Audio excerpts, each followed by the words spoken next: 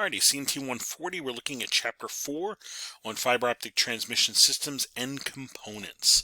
So we're going to take a look at the kinds of devices for sending and receiving fiber optic signals and the devices involved in. So first thing they remind you is the fiber optic data links. We usually have a transmitter that is going to send the signal across the fiber. The transmitter is the part of the circuitry that takes an electrical pulse, a 1 if you will, electrical pulse, and converts it into a light signal, a pulse of light. And that will send that pulse of light across the fiber to the other end.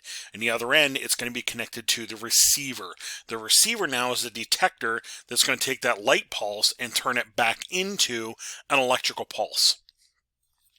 And typically we have two strands of fiber, one that's going from transmit to receive here, and one that's going from transmit on this end to receive here. So two fibers typically. Now, they do remind us that with special equipment, you can actually send signals both directions on a single piece of fiber, but it takes a special coupler to do so.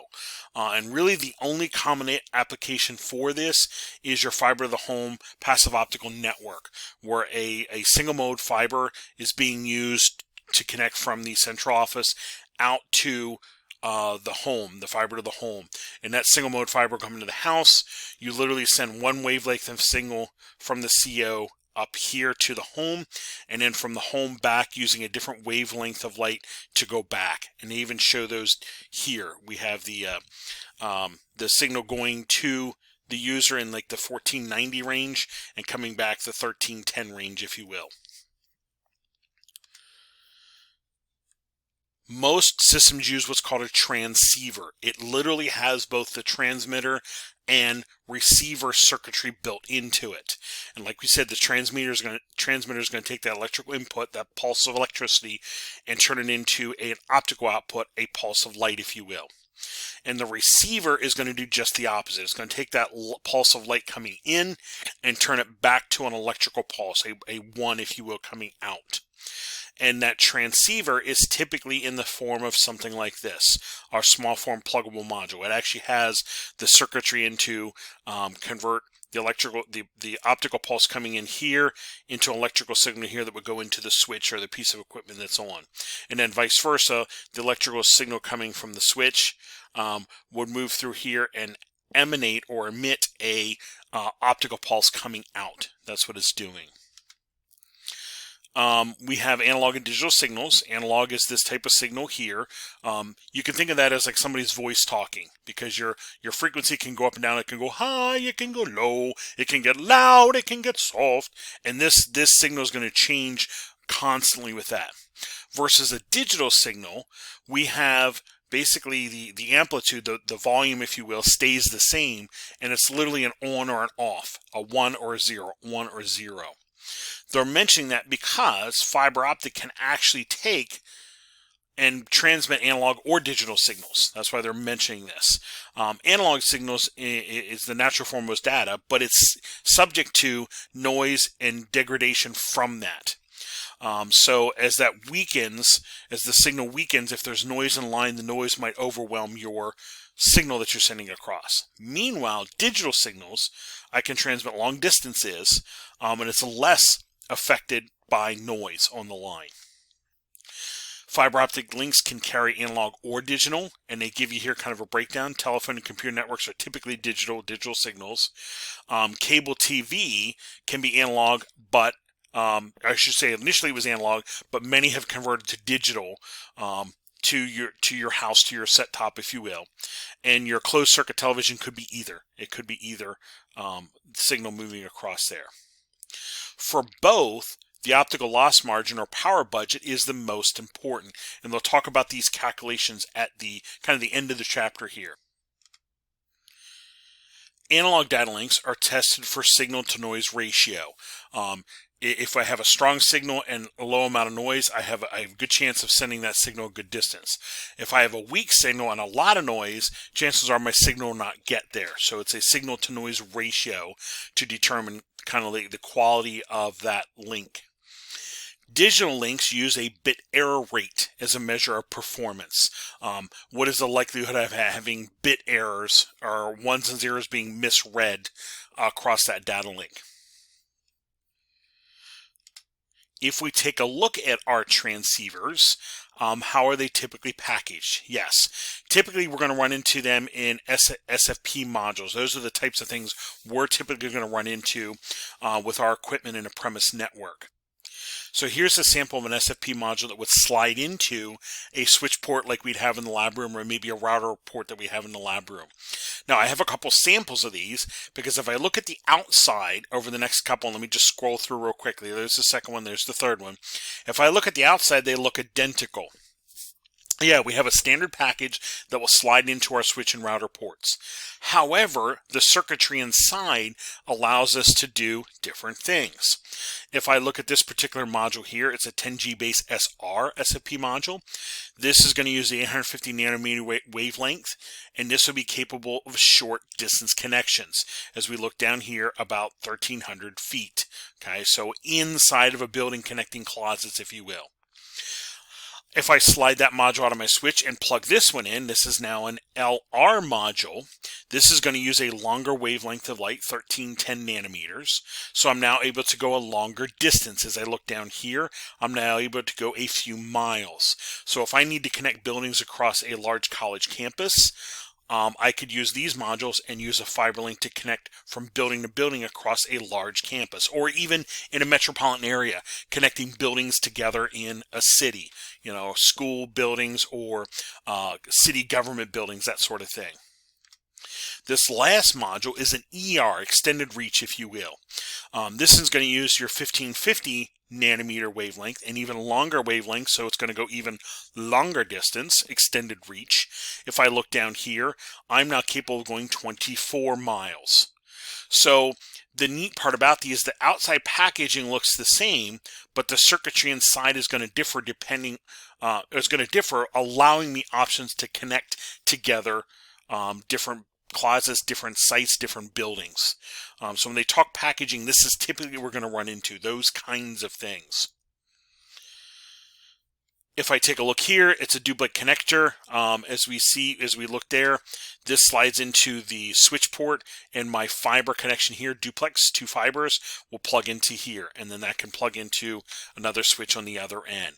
This is the type of connections we're going to be making for fiber optic in our lab, and in most premise buildings, this is the kind of fiber connections you'd be making.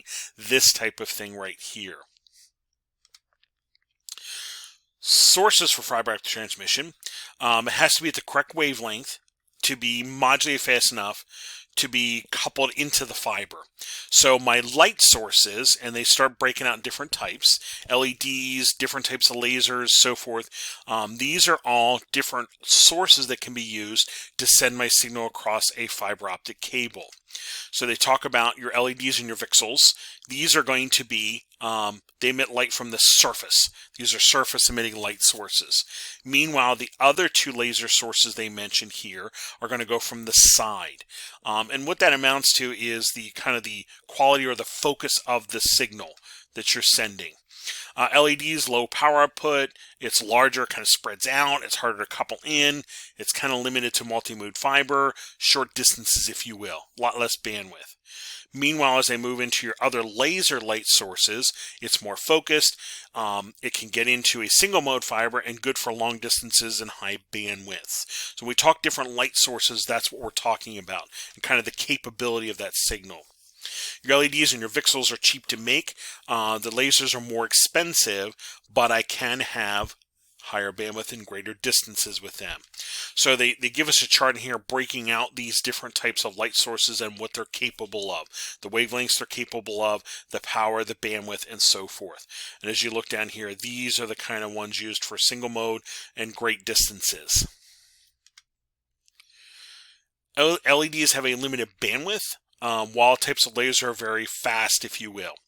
And the reason being, your LEDs have what they call a large a broad spectral width, or a large spectral width, meaning I might intend to send 850 nanometers out, but it's going to emit maybe 840 to 860 nanometers light signal, kind of a broad. Almost think of it like a flashlight that it's spread out, if you will. It's a bunch of different wavelengths of light that are going in addition to the 850. Meanwhile, your laser light sources have a very narrow spectral width. So if I'm going to send out an 850 nanometer signal, it might be 848 to 852 nanometer spectral width, very narrow. And what that means is, if I'm sending a very focused beam with very few wavelengths of light, the problem of chromatic dispersion starts, I don't say going away, but minimizes. There's not many component pieces to bend this light signal into, so therefore there's a lot less chromatic dispersion when I have a tight spectral width light source. And that's why they're talking about the lasers having very narrow spectral width, so I have very little chromatic dispersion. Absolutely.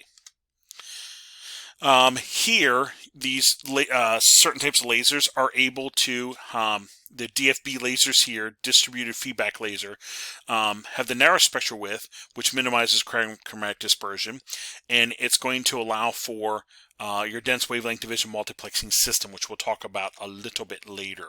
That's going to allow us to use. So here you see long output. Light output directly follows electrical equipment, can be used as sources for your cable TV and so forth. A choice of my devices is determined mainly by the speed and fiber compatibility issues. Many of your premise systems using monomove fiber have exceeded gig, so your lasers have been replacing the LEDs. And that's why they have the laser optimized OM3 fiber, if you think back when we talked about fibers or different types of fibers earlier this semester. So here the laser optimized 5125, I have a lot more focused light source. I'm able to send more data per time through the fiber then. And I think here's the OM3 fiber, laser optimized fiber, which I was getting ahead of myself here. So with that restricted launch VCSEL, mixed effective bandwidth for the fiber higher, your laser optimized fiber OM3 is the choice for this laser optimized connection between sites. Now that's the laser light sending for the send part of your signal. Now we're going to look at the receiver end. The detector for fiber optic receivers uses a semiconductor detector to convert the optical signal back to electrical. So take the light pulse that it gets and convert it back into an electrical pulse. Now, it's not the same circuitry, but it's the same kind of idea as the sensor you have on a dusk till dawn light. When the light level gets too low, that light kicks on. What that sensor is actually doing is acting like a little switch to turn on and off the electrical flow, but it's still the same idea. It's a sensor that is doing something. In the case of fiber optic, that sensor has to be a lot more sensitive, but it's going to take that light pulse and say, hey, I got a light pulse, let me emit an electrical pulse. And then when I get no light pulse, I'm not going to emit any electrical pulse. That's what it's going to do. Your detector is going to turn that light pulse into electrical pulse. So now we're dealing with different types of photodiodes, silicone, and other ones that we have. And these are some examples of ones. I kind of dug them up so you can see what they're talking about. This component, this photodiode, would be built into the transceiver or the fiber optic connection that's being made on the device. And to show you here, your silicon photodiodes are used for short wavelengths, typically in the 850 nanometer, because that's what it's sensitivity to. Meanwhile, your longer wavelengths are going to use this indium gallium arsenide detector. It's sensitive to the higher or longer wavelengths of light. And again, these are different samples over here. And then they also have the avalanche photodiode that is very high speed and able to respond even quicker for higher bandwidths. So these would be the kind of things that are in the receiving circuitry end of our transceiver. All right, when we come back, we will continue on.